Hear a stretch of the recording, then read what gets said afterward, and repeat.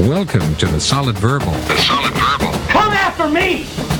I'm a man! I'm 40! I've heard so many players say, well, I want to be happy. You want to be happy for a day? Eat a steak. It's that woo-woo! And now, Dan and Ty. Welcome back to the Solid Verbal, boys and girls. My name is Ty Hildebrand. Joining me, as always, over there in beautiful New York City, my man, Dan Rubenstein. Sir, how are you? My revised answer is a team of 22 Tyler Matakavich. Matakaviches? Matakavich, I believe. Well, I know it's Matakavich, but the plural of if it's 22 like of them. Syllabi. Right. 22 Matakavi is where I'm coming down. It would be a brutal game to play against 22 of that guy, but that is my final answer. Welcome back to the show, boys and girls. Yes. I'm Ty, he's Dan. This is the Solid Verbal. Don't forget to subscribe to the show. Yeah. Going out to our website, solidverbal.com, where you can find all of our links, the history of the show, all the good stuff that you know you want if you're a first-time listener. Check it out, solidverbal.com. We are also on Twitter, on Facebook, on Instagram, and there is a subreddit that a bunch of our coolest fans started. Yeah. So that other verballers would have a chance and a place to communicate about each and every episode. So that is reddit.com/r/solidverbal in case you're interested. And one final housekeeping note before we get rolling here with our part 2 all-timer show. A lot of people signing up for that newsletter right now. Yeah. I get pings on my phone, even when I'm at the mysterious day job, Dan. Yeah. Full disclosure. Russian bots? The phone pings. For whatever reason, I had not figured out how to undo the ping. Okay. So it does disturb me in meetings. I'll have you know. Every time someone signs up for that newsletter. We had a bunch over the last couple weeks. I would just urge everyone, please, by all means, disturb me in meetings. Sign up for that newsletter. Just go to solidverbal.com. It's our website. There's a big old form right on the homepage. You can fill in your email address. After you hit subscribe, they're going to send you an email just to make sure you're not a bot or something. But then after you click that link, you will be fully subscribed and at the ready for a bunch of cool announcements that I know we're going to make over the next couple weeks here. We've got a lot going right now in the super secret Solid Verbal laboratory. We do have a lot in the works that's kind of coming together pretty quickly, but we are excited about some possibilities. And all I could think about when you were saying that is, has your phone or computer ever had to be projected on a wall for a presentation and you get in like a text or something like that? You're like, ha, hoo, ha, why don't we turn that? Because now all I want to do is text you, hey, the cream came in. It's the strongest we have for your rash, but it should do the job. And it probably won't ever be up on a wall. But, in the off chance it does. Hey, Ty. All right. Well, how are you? Everything going well? How's the little man?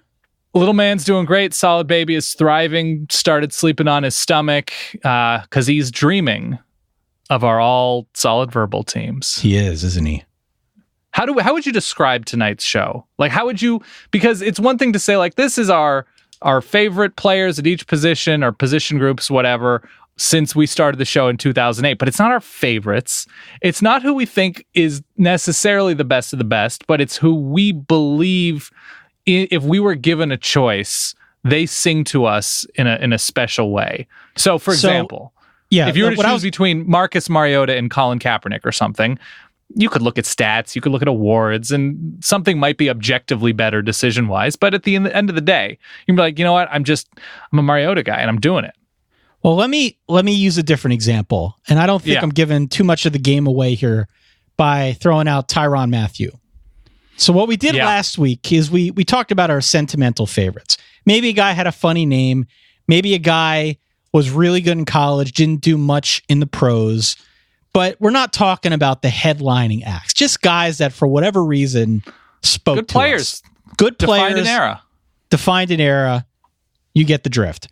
Yeah. What we're doing tonight are, I think, when I think of our all-time team, I'm looking at a guy like a Tyrann Mathieu as a really good example.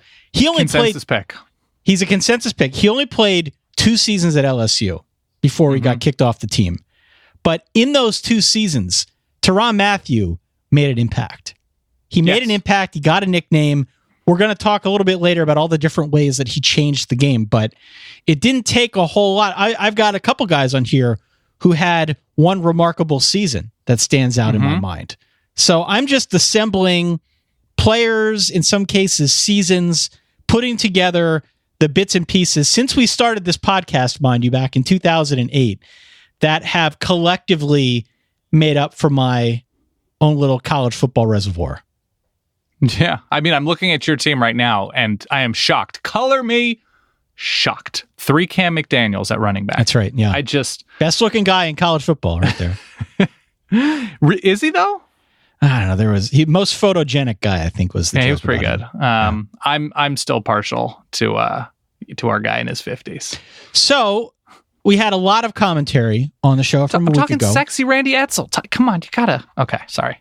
Did I cut you off? I apologize. No, you're good. We had a lot of commentary on the show we did a week ago. Mm-hmm. We had a little bit more time to prepare for this one, Dan. Let's get rolling. Let's do it. Let's start at the quarterback position. Headliners. Tell me who you considered before your choices. Or choice. Well, I considered Cam Newton. Yeah. I considered Cam Newton because of that remarkable run he had with Auburn, which was incredible. And he was unstoppable in that one singular season. I considered guys like Manziel because Manziel really did change the college game, at least in the SEC, right? Mm-hmm. Like his style of play, his edge that he played with, it absolutely had an impact. But the two that I eventually settled on, one was a guy that, let's be honest. Oh, this is sentimental, though, too. It can be both. It's a little sentimental. Had a good college career. Nick Foles had a better pro career, has had a better pro career, being so he won a Super Bowl, was an MVP of a Super Bowl, just signed a monster contract. But Nick Foles is a guy that we had a lot of fun with on the podcast back in 2011, mainly because he played on a lousy team. He was the best player, one of the best players on a really bad team, would throw for 500 yards each and every week in a losing effort. And that nickname caught on. It's still with us. We still get tweets whenever he's playing on a Sunday. So Nick Foles is like my runner-up just purely because of sentimental value. I think you put it on the wrong show. I may have put it on the wrong show, but he was probably, in the last 10 years, he's probably not one of the best 40 college quarterbacks. Honorable mention. Yes. Okay. He's your honorable mention. You wormed sentimentality into tonight's. And who is your actual pick for the quarterback who has best defined excellence? What's the Simpsons Award? Outstanding achievement in the field of excellence. That's right. Who is that award winner? It's got to be Tim Tebow. Wow. Okay. Won the BCS. I like that pick. I think it's a good pick. I wouldn't have considered it, but I still think it's a good pick. Won the BCS championship twice. Won the Heisman once. 145 touchdowns accounted for over 4 seasons and over 12,000 yards from scrimmage. I'm not sure why you wouldn't consider Tim Tebow. I think he goes down as one of the best college quarterbacks, one of the best college football players of all time. For me, take the stats in tandem with all the other intangibles, and the answer is clear, and it's Tebow. Did you consider Sean Petty? Do you remember that name? Of course. The Maryland linebacker forced to start at quarterback against, it was Georgia Tech or Wake Forest or something 2 years ago. That had to be under consideration because all of the quarterbacks we considered knew they would be playing quarterback that season, but not necessarily Sean Petty. I considered Marcus Mariota, Heisman winner, and took his team, 3-year starter, took his team to the national championship game, comes up short for sure, but was electric from the moment he stepped on the field. Lamar Jackson. Yeah. I don't know how you don't consider Lamar Jackson for everything he did as he thrived those specific 2 years. I have Tebow on here now. Baker Mayfield is all time in terms of statistics. Baker Mayfield and Kyler Murray stand out, and that's an insane thing because of this era. I have RG3 here because his Heisman winning season was extraordinary. And then Colin Kaepernick, what he did at Nevada, I'm not putting him in that top duo for me because I think he's a whack quarterback. I'm not fully keeping that against him, but at the same time, he was just so good. What was he, the Angry Ostrich? Something like that. I think it was the Angry Ostrich. I have Manziel and I have Johnny Football and Cam Newton on mine because of just how electric they were within the fishbowl that they sort of put themselves into because of trouble or attention off the field, and the fact that they were able to shine was just incredible TV, and that goes such a long way for me. Johnny Manziel setting all sorts of records, winning the Heisman, Cam Newton winning the Heisman, and both beating Alabama in impressive fashion. When I think about this past decade, I think we probably spent more words talking about both of them than any other two quarterbacks. And so that to me is reason enough. Fair enough. So we're going Manziel and Tebow. Not a bad Manziel and Tebow, pretty good. Pretty good as long as Manziel's not playing LSU. All right. Who you got at running back? So running back was actually easier than I thought it would be. There have been a number of players who've put up huge yardage and huge games. Like, how do you like leave off Melgore, for instance? Well, I did. I don't know if you did, but I did, which troubles me, but I went with more, I would say, complete talents. I have Christian McCaffrey. I love do everything all-purpose types who also happen to be great between the tackles. So I have Christian McCaffrey for his insane all-purpose ability, Leonard Fournette because physically and being able to run as fast as he did at that size, and just for that Ole Miss truck alone, I don't know how he's not there. And I felt compelled in my marrow to put Leonard Fournette there. And then the guy that almost embodied a combination of both of them, the all-purpose ability, but also running hard and physically, I have Dalvin Cook. Okay. He didn't put, 3-4 years, lone starter, tonnage of yards, but Dalvin Cook at his best, and he did it over a season, I felt was impressive in a way that even McCaffrey and Fournette weren't. I was terrified of him. And I loved it. The thing about Dalvin Cook was, not to say that the other guys, certainly McCaffrey and Fournette, didn't fall into a similar category, but Dalvin Cook, almost to a greater degree, felt like he was taking every ball to the house. Yes. Every time he touched it, you knew there was that game-breaking ability. The others were outstanding in their own right. I considered, though, Christian McCaffrey. I consider Dalvin Cook for that same reason. I'm going to play this just because. Melgore. Yeah. Activated. Just because we haven't played the old Melgore sound in a while. Well, he's also earned it. He's great. Oh, he was fantastic. Trent Richardson's another guy. Had a really stellar college career. We also had that awesome conversation about whether he could kill a horse if he ran full speed and shoulder charged a horse. One of our very first backup might be better. Backup might be better with Mark Ingram in front of him. Yeah. The two names that I'm going to throw out there, and I'm surprised you didn't mention LaMichael James. He would be under consideration. He is under consideration for me.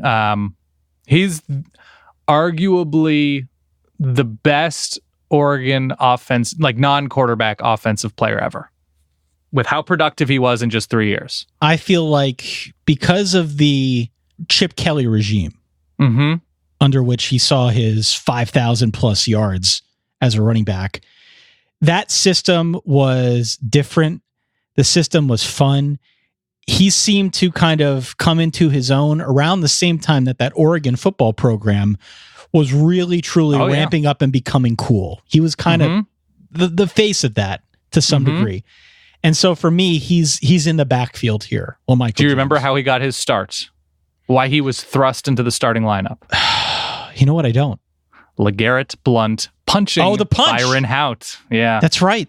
He was the backup. He had redshirted, wanted to transfer back home, and I think it was Utah was his first game, and he ran wild. And even though Blount came back later on in the season, it was LaMichael's backfield. The other name here, and perhaps I'm biased. No, this is a great name here. Got to go Saquon Barkley. Now, there's a little bit of recency bias here. I tried to avoid the younger guys as best I could. Not because they haven't been outstanding, but just because you tend to remember them a little better. But along the same lines as Dalvin Cook and Christian McCaffrey, I can't think of anyone since we started doing the podcast who embodied that big game breakaway explosive ability the way Saquon did. Saquon was just fun to watch. And while Dalvin Cook, you knew, could outrun everyone if he hit a hole, one cut, boom, gone. Yes. Saquon would find a way to invent a hole, and then he'd be gone. The ability to distract a defense, to attract defenders so that Trace McSorley could throw it down the field to someone else. He just changed the game in so many ways that stats can never reflect. And a huge beneficiary of the Joe Moorhead era. Yes. Where they were able to get him the ball creatively. And I think the point is, I think you were alluding to it, that the best of Saquon Barkley might be the best of what we've seen from that position. The reason I hesitated a little bit was there was some wild card element to his play where, he had 47 yards against Northwestern. And I don't know if that's his fault. I don't know if it's play calling. Those were a fun 47 yards, though. Those were a fun 47. The best of Saquon, I think it was the Iowa game. It was certainly the USC game in the Rose Bowl, the Michigan game at home when I think he lined up. He took a snap as sort of a wildcat type running back and ran a counter to the house with like basically not being touched. The best of Saquon Barkley was terrifying. And so that's the best thing I can say about somebody like that. So he absolutely deserves to be here. Let's move on to wide receiver. Mm-hmm. I'll go first. I've got 4 wide here. 4 that I feel very confident about. Your first selection on here, I was so angry at myself for not immediately thinking of him. Michael Crabtree. Yeah. So Crabtree was right at the very, very beginning of the podcast. Got to go way back in time.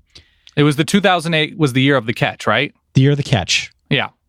Crabtree had 3,100 yards and 41 touchdowns in 2 years at Texas Tech. Now, granted, different system, wide open system. They're throwing the ball. They were throwing the ball under Mike Leach pretty much every down. But his ability to change the game, he was unguardable.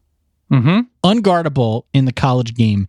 And certainly to put up numbers like that in just 2 seasons speaks to that point.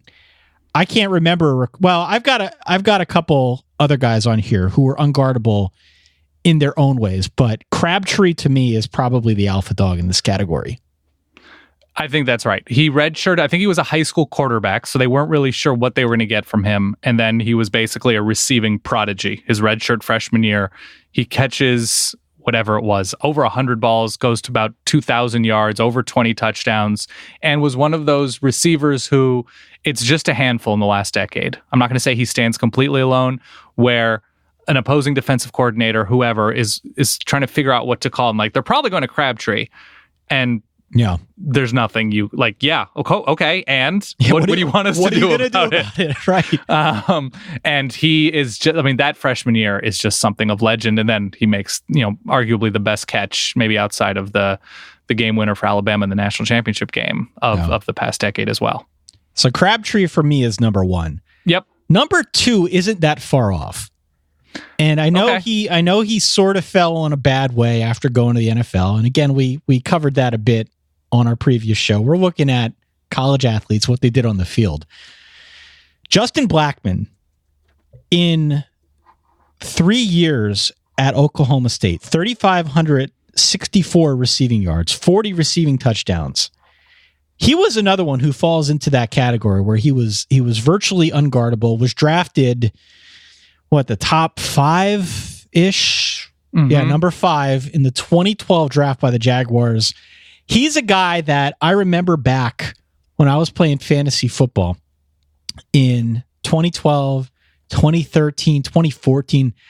I was bending over backwards because I was wholly convinced that Justin Blackmon was going to be the next big thing in the NFL. And it didn't work out for a multitude of reasons. But yeah, Blackmon in college... Not necessarily having to do with his talent. No. Not having to do with his talent. Had some substance abuse things. And all that aside, from a pure talent perspective, and certainly in the college game, another one who falls in that unguardable category, I don't think quite as high as Crabtree, but he's at least in my wide receiving core.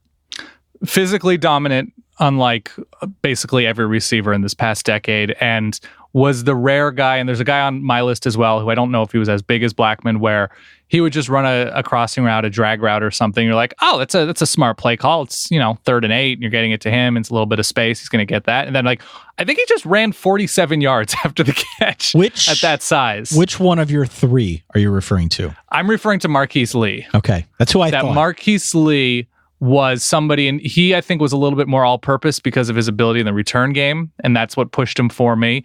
I just remember he had a window of, clenching your butt, holding your breath, and that to me is one of the highest compliments I can pay, because USC wasn't always in a great place with him, and I know he had some injury issues, and Robert Woods was also there, and he was, again, like, oh, the next guy's even better, and at times it did seem that way for Marquise Lee. He was just also electric with the ball, but built that solidly that he would take that 6-yard route and like, oh, now that's 77 to the house. Cool. Yeah, I remember the Marquise Lee era. He was, I'm with you on that one. 2012, I think, is when he peaked. Yeah. Who's next for you? I'm a little bit wishy-washy on your next pick. I've got Mike Evans here. Yeah. Good at what he did. No, great at what he did. I think one of the primary reasons I have Mike Evans on here, first off, he was huge. Huge. Almost 2,500 yards in 2 seasons, 17 receiving touchdowns at A&M before he decided to go pro. He was another one who was very difficult to guard. Didn't quite have that breakaway speed, but was still pretty quick and obviously a monster coming out on the field. What I'd say about Evans, though, is there were so many games where Manziel was connecting with Evans that sort of defined an era of college football for me. Some of those really big games featuring Manziel also featured Mike Evans. And taking, again, in totality, the size with some of the moments and certainly the stats, I think he's in this wide receiving core for me. I don't know that there's a better instant deep threat, go up and get it. Like in the offensive meeting rooms at Texas A&M, the conversation may have just gone, hey, Mike, you cool if we just sort of like send you and kind of throw it up and you'll just come down with it? I'm like, oh yeah, totally. No, that works for me. Okay, cool. That was Mike Evans. And there are very few, if anybody, that were better physically at attacking a ball deep. But was he the most polished route runner? I don't know. But, you throw it up to him in the end zone on a nice fade, you're getting 6, and that's crazy impressive. I'll be honest with you. If I were actually ranking these from 1 through 4, Evans would probably be 4th behind Sammy Watkins. I had such difficulty here, but continue. Sammy Watkins had the numbers, clearly had the numbers. 28 touchdowns, 3,700 plus receiving yards in 3 years at Clemson. He's another one that falls into that game-breaking category where wasn't the biggest guy, certainly wasn't Mike Evans, but his ability to run in space after catching the football and the acrobatics that we saw on display sometimes, catching passes from Taj Boyd. Remember, that was the Boyd era. Yep. He was unbelievable. Another one that I was wholly convinced was going to be a monster in the NFL, and it hasn't quite materialized to that degree, but had all the tools that you needed, everything to really be a game-breaking wideout. I'm going to read for you 2012's Clemson receiving core and why it was difficult for me. Nuke Hopkins, Sammy Watkins, Martavis Bryant, Adam Humphries. Wow. Pretty good foursome. Not bad. Pretty good foursome. And then that's all ignoring the fact that Mike Williams comes along and is excellent. Artavis Scott. Who am I missing? That's, since then you have, Deion Kane, Ray McLeod, Hunter Renfrow. You got Hunter Renfrow, Jordan Leggett at tight end. And then Justin Ross and T. Higgins. Like it's been such an incredible run at receiver. It was impossible to select, so I didn't take any of them. You took Watkins, and I thought that was good enough. And rightfully so. Okay. So you've got 2 others on your side? Yes. So I had Marquise Lee, and I explained that. Tavon Austin. Oh, that's a good one. I thought about Tavon Austin long and hard. He was vapors. Yeah. He was just vapor in that his trail, and that he made me weak in the knees. And when asked to just get spot duty at running back, I want to say against Oklahoma, but maybe that was a huge receiving game, that he just stepped in and ran for 300 yards. He was, even with having another All-American caliber and high round draft pick in Stedman Bailey opposite him, Tavon Austin was with the ball just one of 4 people, whether Percy Harvin, DeAnthony Thomas, Tavon Austin, whoever else, that was just so fast and so just stupidly dangerous that I couldn't leave him. I felt too much while watching Tavon Austin. And my final pick is Tyler Lockett, Kansas State. Okay. The excellence when, and this is another, like, everybody knows Tyler Lockett's getting the ball. He went for over 500 combined against Oklahoma and Texas in the same season. He was so automatic on a team that at times struggled offensively that he bailed them out of so many situations and games. And just, if Crabtree was unguardable, Tyler Lockett's unguardable. And the degree of difficulty, I would say, for Tyler Lockett within some of the confines of the Kansas State offense made it even more impressive at times to me. I loved watching him. I want to go back for a second. Okay. Tavon Austin. Yeah. Tavon Austin is such a good pick here. I was so bummed an NFL team couldn't figure out how to use him, or he couldn't figure out how to be an NFL all-purpose weapon. But come on. Tavon Austin doing everything for West Virginia.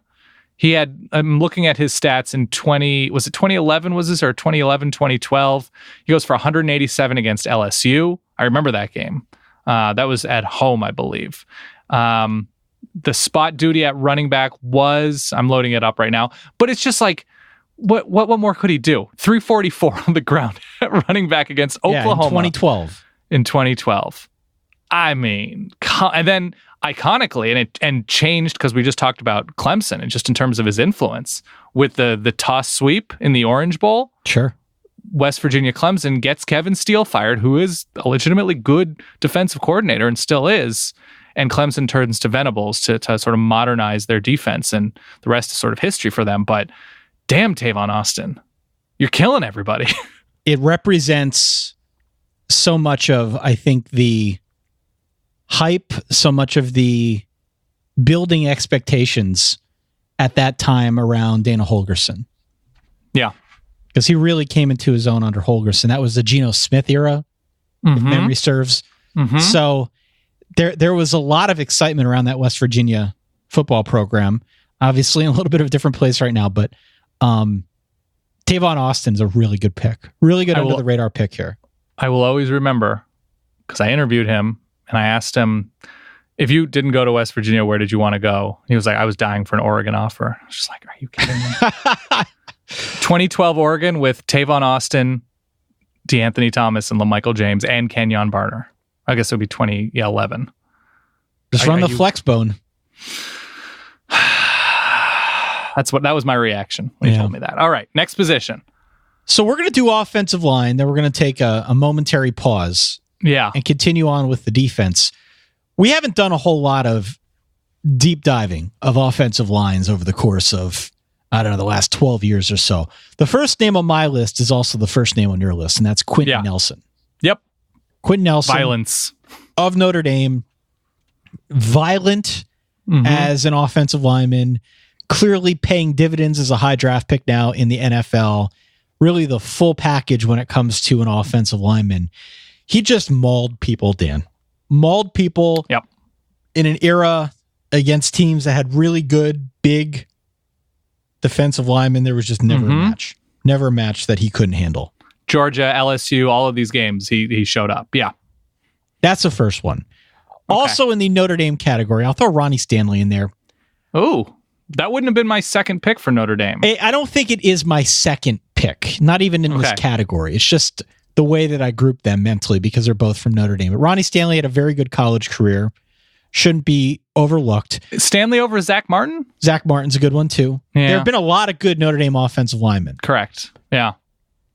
Barrett Jones should be higher on this list than perhaps I gave him credit for. Barrett Jones, when he was playing for Alabama, I will never forget, as long as I live, we were doing a podcast during Barrett Jones' junior or senior year. I forget.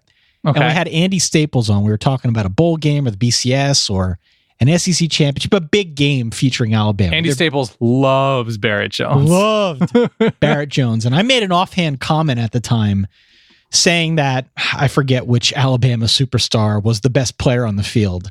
And you could tell that he almost, like, Andy is the nicest guy in the world, right? He's Might not, have been an Eddie Lacy year. yeah, it was something like Andy's the nicest guy in the world. He's not looking to show anybody up. But that was probably the closest he came to sort of putting me in my place because he said, excuse me, the best player on the field is Barrett Jones. End of story, full stop. Hard to watch an Alabama game and hear about the Alabama offensive line without hearing about Barrett Jones' GPA.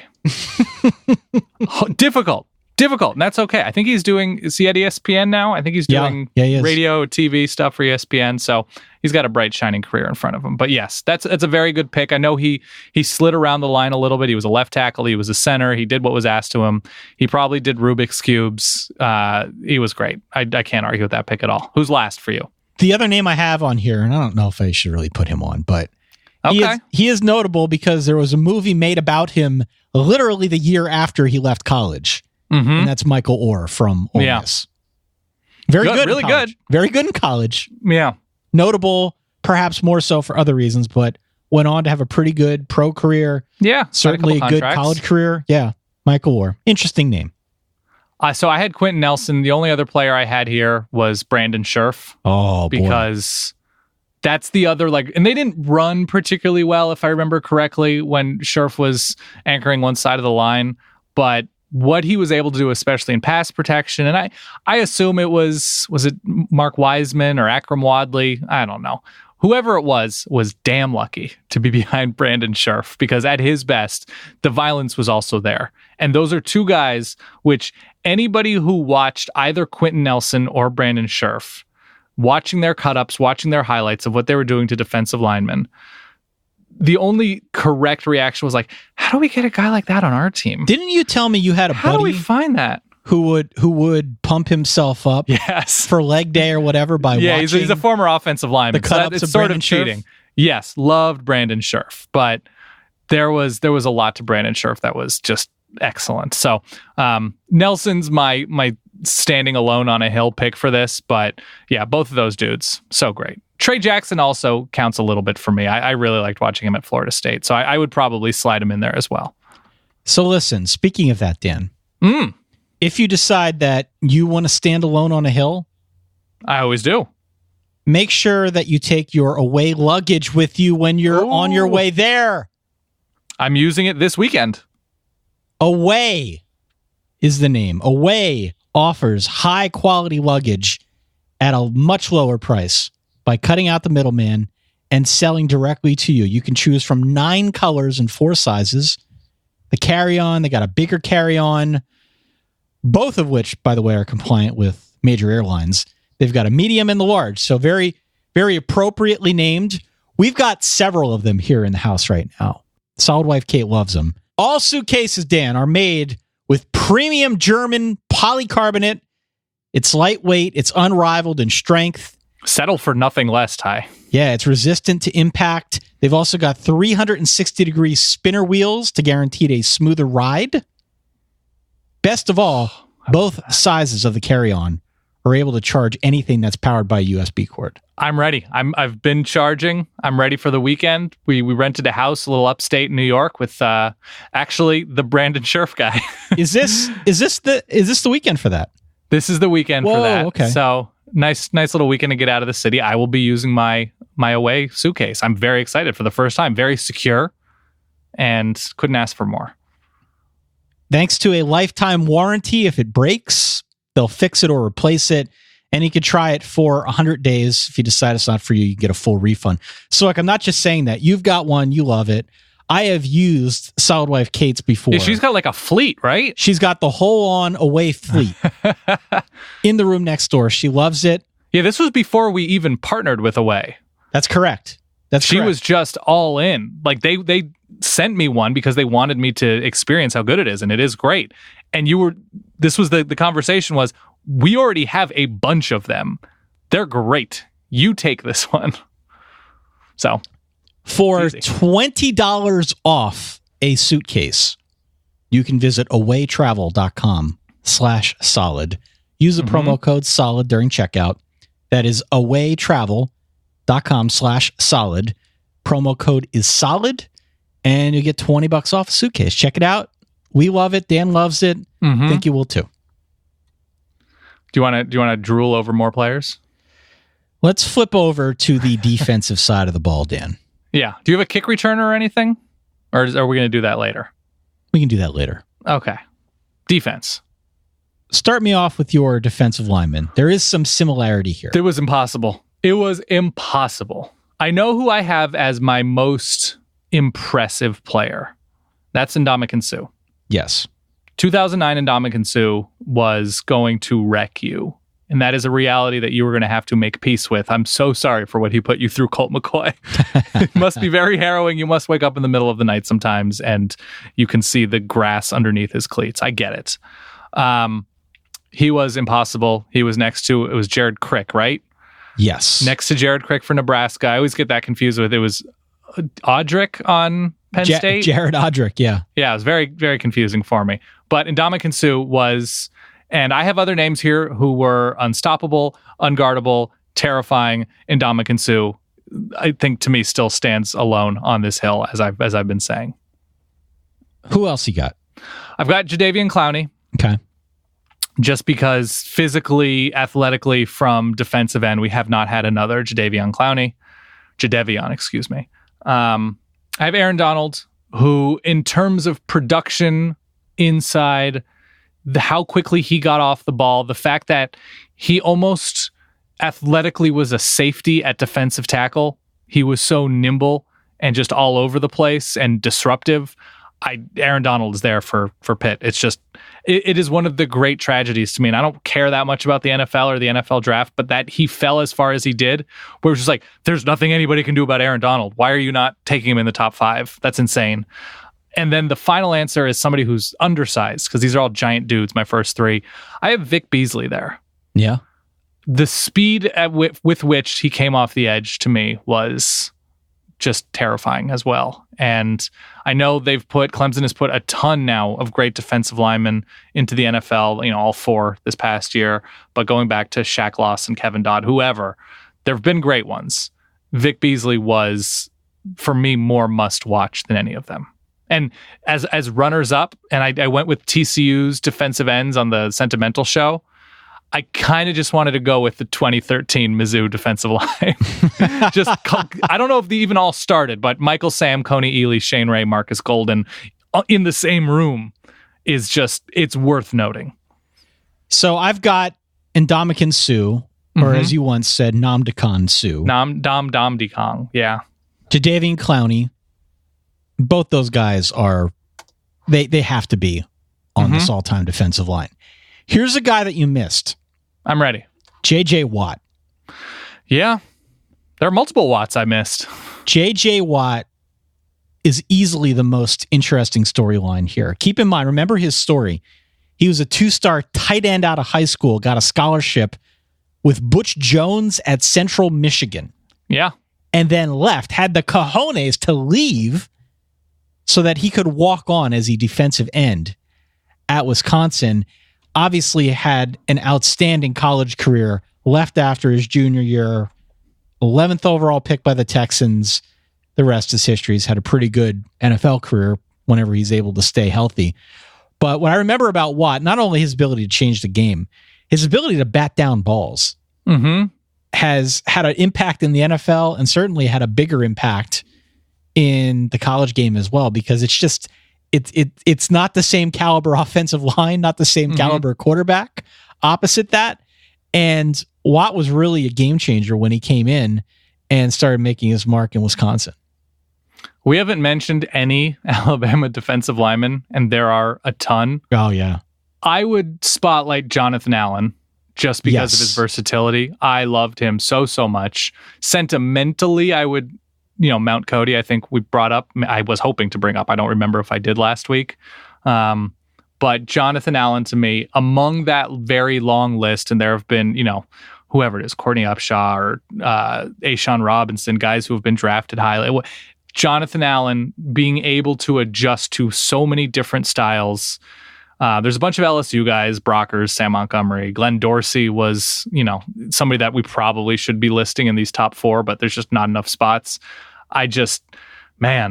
You look at the long list of Alabama dudes, you're like, it's the same thing with the Clemson receivers for me. Like, how am I supposed to choose just one? Glenn Dorsey, by the way, was before the solid verbal, so don't feel bad. Was he not 08? He was 07. Oh, okay. So now I don't feel bad. Rest assured. Okay. Okay. Let's go to linebacker. There's one here. It's an obvious one. I have to say Manti Te'o. Ooh.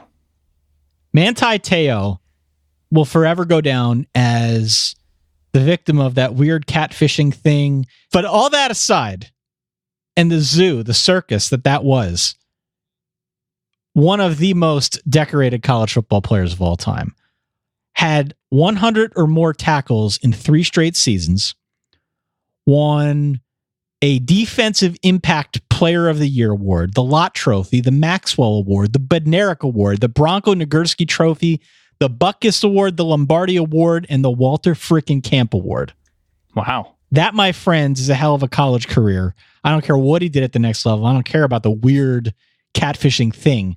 Manti Te'o was incredible as a college linebacker and deserves to be atop this list. Okay.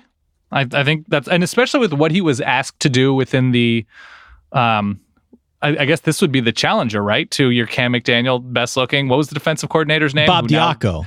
Your Bob Diaco is a challenger. God, how did I forget Diaco's name? But, dropping into that sort of center field pseudo safety spot, he was asked to do a lot within that defense. He was incredible. Really had an incredible run. So that's definitely the end of Notre Dame linebackers for you, correct? I've also got Jalen Smith on here. I know. This is your 5th Notre Dame player. Okay. I know. And Jalen Smith was amazing. Jalen Smith was amazing. He was going to be, if not the top pick, probably a top 3 pick in the 2016 draft before he blew his knee out against Ohio State. He was everywhere. We talked about Joe Schmidt on the last show. The contrast between Joe Schmidt and Jalen Smith, seeing them next to each other on the field, really showed you how gifted this kid was. And now the fact that he has healed up from his injury, took a couple years, but was very productive for the Cowboys last season. My guess is the Cowboys got a steal. They were willing to invest and wait on him, hoping that he'd heal up. And it seems like the kind of thing now it's going to pay out dividends at the next level. I think that's right. Yeah. The other name here that I'll mention before I throw it over to you, I don't want to disrespect Alabama. Uh-oh. So I want to talk about Rolando McClain. Yeah, he was superb. He was unbelievable. Yeah. In the 2009 season. It's the kind of thing that sticks out from the early days of our podcast. I remember talking about Alabama and just coming across his name in an article or recap or highlight as I was watching and doing the necessary studying to do this show. And it was like, holy freaking crap, this guy is so good. He is so good. That 09 season sticks with me. Now, Rolando McClain had a lot go on after he went to the pros, and there was a bit of a downturn there that we won't talk about here. Yeah. I saw he recently got a degree from Alabama, finished his degree, so that's good. Cool. That's great. But certainly in terms of athletic prowess, it was all there for Rolando McClain. Oh, yeah. I mean, I'm going to group Rolando McClain with my first pick because I think there's a lot of similarity in just how much they were able to do, whether it was sideline to sideline, in coverage, in stuffing the run, in just diagnosing things. That's what you want from your either inside linebacker, middle linebacker, right? They're the quote, quarterback of the defense. There is something about the best of the best at this position. Going back to, in the modern era, Patrick Willis. That was before our era, I believe, or else he would be on this list. Yes, that would be. Where do you remember on Saved by the Bell, Zach would be able to freeze time. Yes. Be like, hey, I don't think, she even realizes that I'm going to the dance. He breaks the fourth wall. There is something about an excellent middle linebacker who, as soon as the ball is snapped, the entire play freezes, looks around in a time continuum, a space-time continuum that nobody else is privy to. And like, oh, I see what's going on here. I see what's going on here. And you couldn't get anything past Luke Kuechly or Rolando McClain in terms of diagnostics. They would look at you and you'd be like, oh, maybe I'm passing. Maybe we're going deep. Maybe we're running a couple slants. I'm like, you're not doing that. Maybe maybe it's a screen. No, you're not running a screen. What are we doing? I think you're going to run off tackle, maybe a counter. I'm like, how did you know? And that was the Luke Kuechly and Rolando McClain experience, that they just had this intuition like they had hacked into the radio in the quarterback's helmet. It was so fun to watch both of those guys. So I have Kuechly, who had 744 tackles in his 3 years. I have Jarvis Jones, who had a weird path going from USC, where he was medically, not cleared to play. Then he ends up at Georgia, and then he just destroys everything you want to do from the edge as an outside linebacker, as sort of a stand-up rush end outside linebacker. He was incredible to me. And then my final pick, it's a combination of sentimental and just excellence. It's Vontaze Burfict. Oh man, I still have nightmares about Vontaze Burfict. Vontaze Burfict. And I was also considering Miles Jack here, just because of what he was also asked to do on offense, and just this would have been sentimental. Owen Marisic playing fullback and linebacker, but Vontaze Burfict, if you have not had a chance, watch his college stuff. It's all great. He's mean. He's angry. He's going to get a lot of penalties, and it's going to be kind of worth it if you're rooting for him. But if you ever have a chance to watch his high school film, oh yeah, he's just Almonteing everybody. He looks like he's 27. He's never been kissed. Whatever comparison you want to make, he is stupid in high school, and in the best possible way, and makes me want to, if you ever have the opportunity to come across our friend Brandon Huffman and you just end up talking about West Coast high school football. I don't know if this is true of Vontaze Burfict, but it just reminded me of him. He will pull out facts like, not many people know this, but Vontaze Burfict's uncle is a drag racing legend and knows everything about everybody. And I just love that Vontaze Burfict destroyed everybody in LA. It was great. Vontaze Burfict. Oh my Vontaze God. Burfict. And the picture of him pointing Matt Barkley, maybe? Iconic. Totally iconic. All right. Next up. Defensive back. We already talked a little bit about Tyrann Honey Mathieu. Badger, yeah. The Honey Badger. In 2 years, he forced 11 fumbles, recovered 8 of them, returned 2 of them for touchdowns, Yeah. had 4 interceptions, ran back 2 punts for touchdowns. I couldn't find it in the stats, but I'm certain he blocked kicks along the way and was just a special teams wizard, Dan. He changed the game. He had such a nose for the ball, and his playmaking ability, wherever he was on the football field, it's different than Saquon Barkley, obviously, but it's that same sort of edge where you know the potential is there to change the game anytime the ball is in his vicinity. And it was a shame the way things went down at LSU, that we didn't get another year from him at LSU. And, he's obviously moved on to the NFL now and has had a decent enough career. But his first 2 seasons at LSU, when he garnered that nickname Honey Badger, Right. just a ton of fun to watch as a fan. There is something about value added with guys like Tyrann Mathieu, where you're right. It's, the punt returning, the special teams, the ability to go from safety to nickel corner to blitzing from wherever to, just a standard corner, whatever, that he could occupy so many roles in the same drive, in the same game, whatever, that he was just too valuable to leave off this with as high a level and as game-changing as he was. For that same reason, I have Jalen Ramsey. Okay. When you have that all-field defensive ability to make plays no matter the situation, those are the 2 people I want on my team, maybe more than anybody on this list outside of Sue, is Mathieu and Ramsey. Just because of the versatility on defense, where you can task them with anything and they're not only going to be competent, but they're going to excel. So that's why I have both of them. I like it. You've also got Patrick Peterson and Eric Berry on your list. Yeah, I doubled up with LSU guys because Patrick Peterson was just smothering, and Eric Berry, just the intuition there. Similar to what I feel about Rolando McClain and Luke Kuechly, but Eric Berry, just game changer at safety, could come up, could play center field, diagnosed everything quickly, just a football mind in the defensive backfield that almost stands alone over this past decade. Played for, what was it? And football talent as well. Phil Fulmer and Lane Kiffin, I want to say, at Sounds Tennessee. right. 14 interceptions in 3 years, had 7 picks in his sophomore year. Not bad. Went on to a long and prosperous NFL career. I think he just got released by the Chiefs. Some serious hurdles, too, in the NFL. Has overcome a ton. Another name here that, I don't know if he goes as one of the greatest of all time. I was enamored with Taylor Mays from USC. Oh, I love Taylor Mays. And I don't think he was that good, but I loved him. So here's the thing. Taylor Mays was a 3-time first-team All-American. Mm-hmm. There aren't a whole lot of those guys. So at least in a college sense, that's pretty damn good. That's among the very best. He was a freaking torpedo. He was. Coming down from that safety position. He hit hard. He was 6'3", 226, and this was only USC timing its own players, so take it with a grain of salt. But they had timed him at like a 4.32 40-yard dash. That is a rocket coming down from the safety position, mauling guys. He was huge. Didn't work out in the NFL, but who cares? Taylor Mays, I had a serious thing for Taylor Mays. I was very into the Taylor Mays era at USC. If you were to put together a team of like the off the bus team, a lot of sports writers and TV people will be like, LSU getting off the bus is just something else. It's just different. Taylor Mays is a getting off the bus kind of player at that size, how he was so impressive right away physically.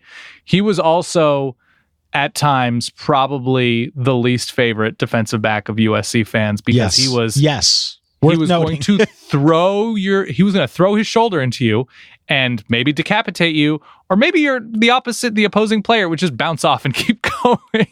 He was the wrapping up left something to be desired. His coverage skills at times left something to be desired, but physically he could deliver something unlike probably any safety or 3 safeties over the past decade. In hindsight, probably for the best that he didn't play during the targeting era.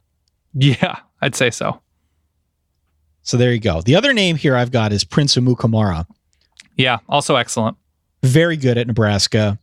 Better at Nebraska than he ended up being in the pros. Mm-hmm. Fun name, lockdown corner. I don't know. We had a lot of fun with him. I liked Prince. Yeah. I mean, those were some seriously great defenses. Those Pelini defenses, it was like 08, 09, 10, somewhere in there. Those were crazy impressive. Kicker and punter. You got any names?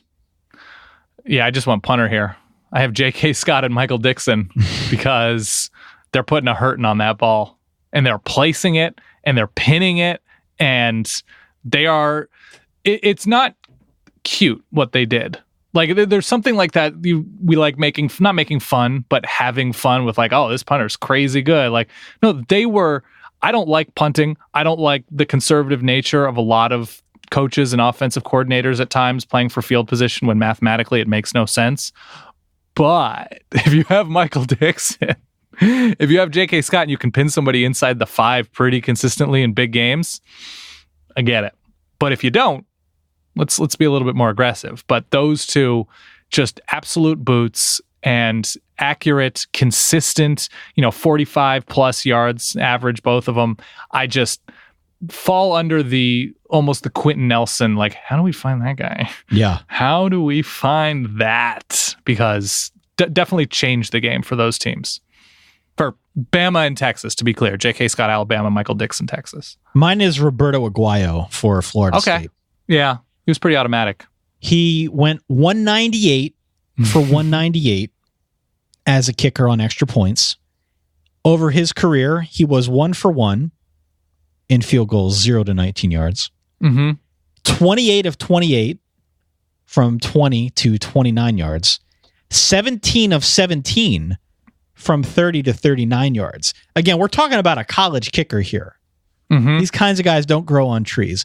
After you got beyond 40, he wasn't quite as successful, but 18 of 24 over his career from outside 40, 5 of 8 over the span of his career from outside 50, hit 53 yarders in the college game. That's a weapon. That is a serious weapon from 2013 to 2015 for Jimbo Fisher, and they took full advantage of it. They did. 100% did. Huge. Who else we got here? Do you got a kick returner? I'm going to go DeAnthony.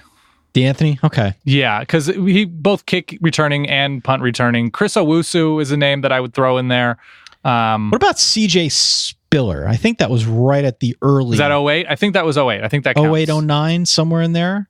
It was he was 0809. He was very difficult. I think he returned 3 or 4 either in one of those years. Yeah. He was very difficult to leave off because I was going on and on about all purpose and versatility. And he had the game where I think he ran, caught, and threw a touchdown. Right. CJ Spiller is worth mentioning in any context for the best of these teams. All right. Well, there you go. We wanted to try and put together like an hour-long show. Right. And I think if I listed out everyone that I wanted to at least shout out, we'd have been here all night. But please let us know. Look us up on social, solverball@gmail.com. Let us know if there are any names that stand out to you that should have been on our list. The important thing is we included both casual dress James Franklin and Nick Foles. Yes. I know not including Nate Sudfeld kept you up at night, but you've persevered. And Jake Rudock, I'm trying to think of now. Well, who is okay? I have a question for you because I have an answer. Okay. Who is the most ultimately, and I don't mean this to be super mean, but inconsequential, but will hold a soft spot in your heart more for this one very specific thing? So Tim Tebow did it well. Tim Tebow, his freshman year, because you selected him as your quarterback, he was the change of pace, short yardage, trick play, does the jump pass, stuff like that, right? Right. There are 2 players that ultimately became their role, and they just, it ended for him after that. Okay. 18-wheeler package or the Belldozer.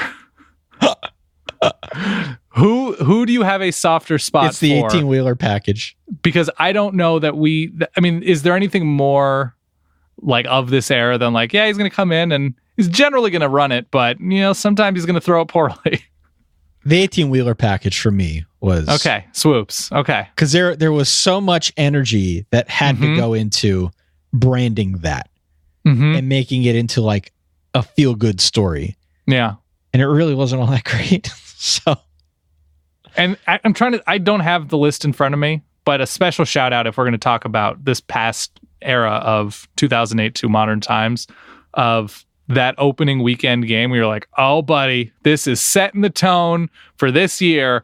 And then Notre Dame and Texas both weren't good. That was great. If I'm getting my years correct. All right. Well, again, you know how to find us. If you haven't already, please subscribe to the show. You can find all of our links out at solidverbal.com.